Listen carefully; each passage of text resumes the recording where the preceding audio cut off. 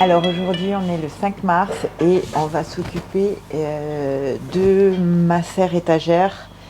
Je vais m'occuper de la monter et après on va la mettre en place de l'autre côté. Parce que oui, pour faire les semis, en fait, vu que je vais les commencer assez tôt, je préfère avoir une serre pour les mettre à l'abri. Et puis voilà, ça peut toujours servir de toute façon. Et vu que j'ai de la place maintenant, j'en profite. Je l'ai acheté sur Amazon. Je l'ai payé, je sais plus combien, pas très cher. Donc elle a l'air de bonne qualité. Donc on va voir ça au montage. Je vous dirai ce que j'en pense. Et je vous mets de toute façon le lien en barre d'infos.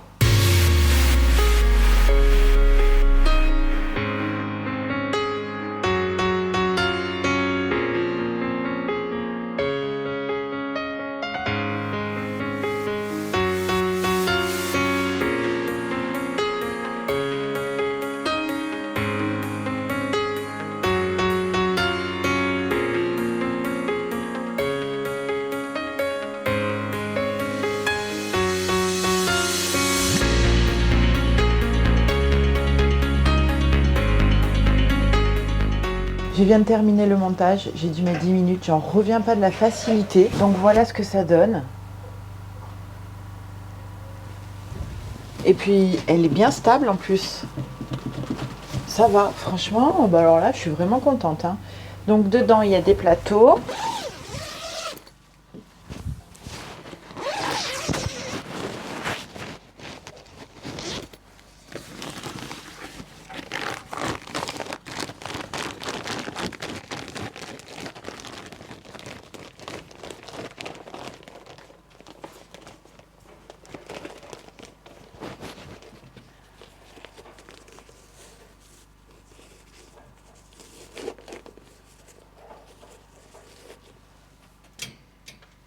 Donc voilà, dedans il y a des plateaux, donc il y a des petits bitonniaux là pour les maintenir, je pense comme ça.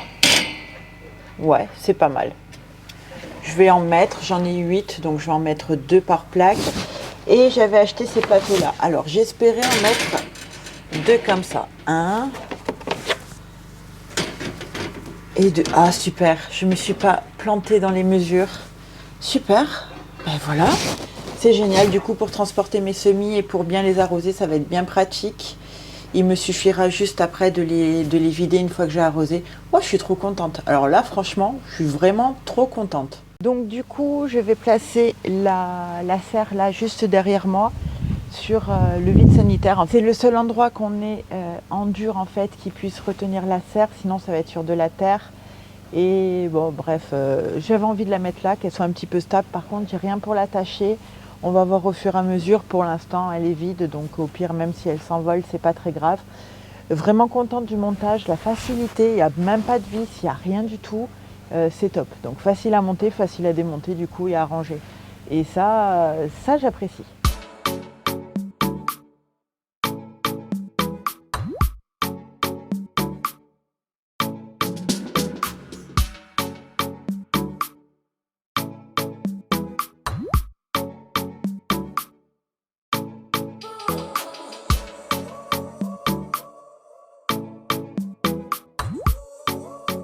Je reviens de Gamme Vert. J'ai acheté quelques petits trucs. Donc j'ai acheté des petites fleurs en fait pour mettre dans ma jardinière brouette que vous avez vu dans le vlog précédent, dans le montage du vlog précédent en fait. Et j'ai acheté quelques petits bulbes aussi pour le potager et pour le massif. Donc on va commencer par ça. Donc j'ai acheté des bulbes de fleurs. Alors j'ai acheté des bulbes de dahlia. Regardez ces merveilles. Voilà. Ça, ce sont juste des merveilles qui vont aller dans mon massif. Dans les tons de orange, jaune. Oh, c'est trop beau, j'adore. Donc là, j'ai 3 dahlias pour 7,80 €. Je trouve que c'était raisonnable quand même. Sachant que ce sont des plantes, pas besoin de les enlever tous les ans. Puisqu'ils ne gèlent pas. On est dans le sud, donc autant en profiter. Ensuite, j'ai acheté un lot de 8 lys. Alors, moi, c'est ma plante préférée. Voilà, les lys, c'est ma fleur préférée. Et là, du coup, j'ai acheté un petit lot avec des couleurs un petit peu variées. Parce que dans le massif que je vais faire, je vais pas faire un massif d'une seule couleur ou de 2 couleurs. Ça va être multicolore. Voilà, ça va péter la couleur. Ensuite, j'ai acheté des espèces de bulbes de bégonia. Voilà, regardez-moi la beauté des fleurs aussi, magnifique. Ensuite, j'ai acheté des pommes de terre. Voilà, des patates. Voilà, je vais tenter. Je vais tenter de planter les patates, on verra bien ce que ça donne. J'en ai pris que 6. Voilà, c'est la première année, on va pas commencer à planter tout un champ, quoi. Ensuite, j'ai acheté des oignons blancs. Voilà, un sachet d'oignons blancs.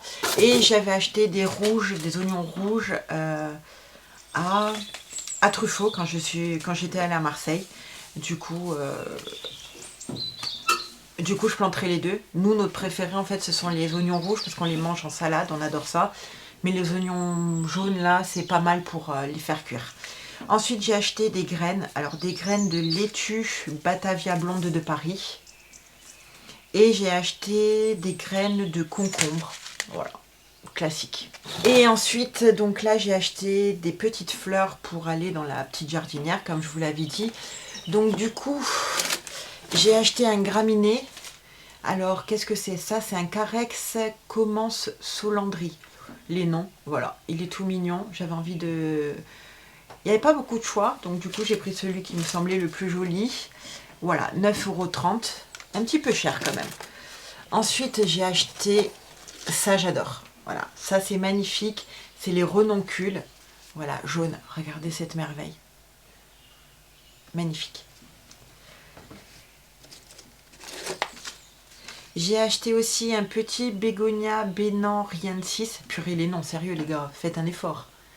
Voilà, et il y a déjà une petite fleur blanche. Du coup, ça nous donne un petit avant-goût. Ça, c'est une tagette patula. Voilà, regardez la beauté de la fleur, magnifique. Et pour finir, alors j'ai trouvé ce pélargonium. Regardez-moi la beauté du feuillage, quoi. J'ai demandé s'ils savaient la couleur en fait de la fleur, ils savent pas.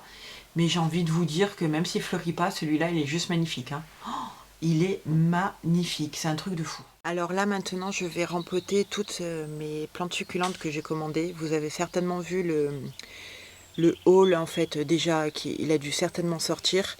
Donc du coup maintenant je vais les rempoter. Je vais vous montrer simplement comment je fais vite fait. Et après je vous mettrai tout ça en accéléré. Alors en règle générale je mets souvent mes succulentes en pot en terre cuite. Mais les Echeveria, c'est obligatoire. Elles n'ont jamais survécu en pot en plastique chez moi, même en les laissant dehors.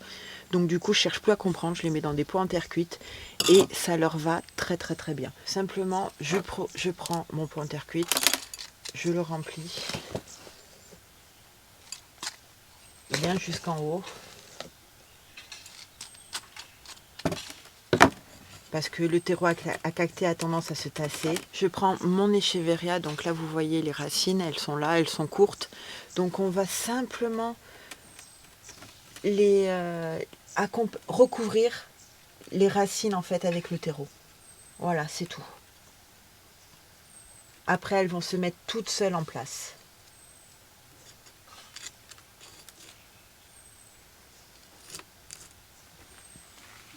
Et voilà ce que ça donne, c'est tout. Donc dans quelques temps, elle ne bougera plus, elle sera bien installée.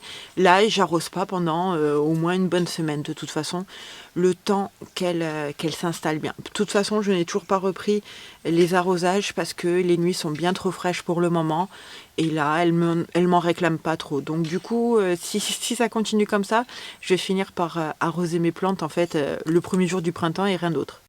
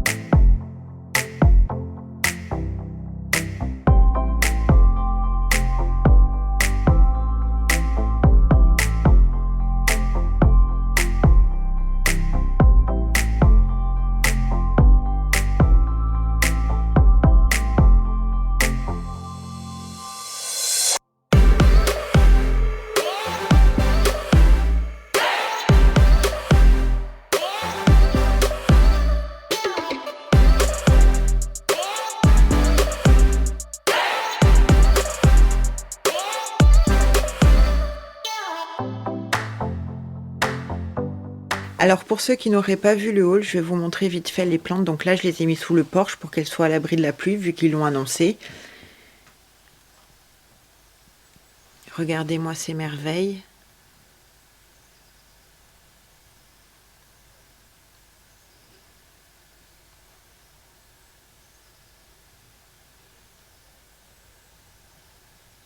Voilà, ça fait encore pas mal à ma collection, hein. Donc 19 succulentes en plus, sachant que la Lola, je l'ai déjà. Donc 18 de plus que je n'avais pas.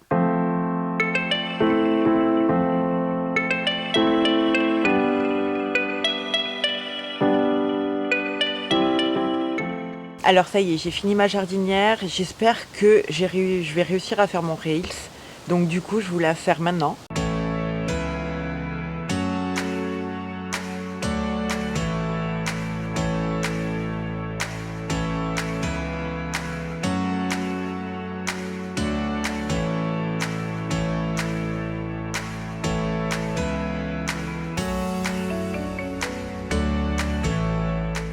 Voici ce que ça donne. Voilà, la petite jardinière dans la brouette en bois.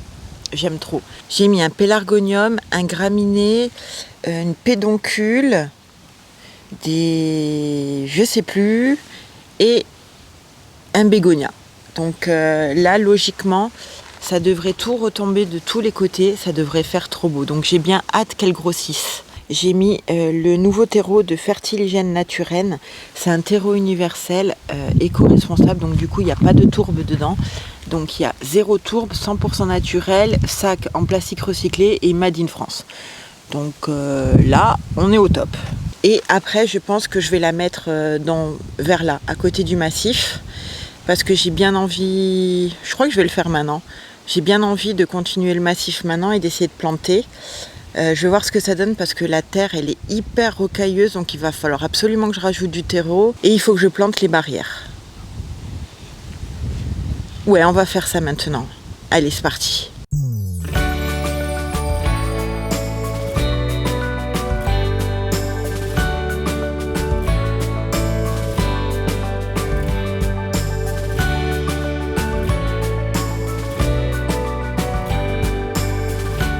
Alors voici ce que ça donne. Alors il y a énormément de jours entre la barrière et le sol parce que là la terre il y a vraiment trop de pierres, c'est compliqué. Il m'aurait fallu je sais pas, comme une espèce de mèche pour creuser dans le sol, mais j'ai pas. Du coup, et puis de toute façon la terre est bien trop dure, il faut que je mette une belle couche de terreau, donc du coup c'est un mal pour un bien. Donc là ce que je vais faire, pas tout de suite parce que là je suis KO, mais je vais rajouter des pierres tout autour, du coup pour combler le vide. D'ailleurs on voit qu'ici la terre est bien plus tendre, la truc elle est rentrée tranquille comme dans du beurre, mais à ce niveau là il y a bien trop de pierres. Donc du coup en rajoutant des pierres, finalement ça va faire joli, ça va retenir la terre et en plus on va pouvoir mettre une plus grosse couche de substrat en fait pour planter les plantes. Et voilà quoi. Alors là on se retrouve bien plus tard, j'ai fait mes affaires et maintenant je vais m'occuper en fait de fixer les rambardes entre elles parce que j'ai peur qu'avec la force de la terre en fait elles fassent comme ça. Donc je vais d'abord les fixer entre elles et après en mettant les pierres je pense que ça les fixera. Et tout à l'heure on mettra celle pour les angles. Donc là on va s'occuper des rambardes linéaires.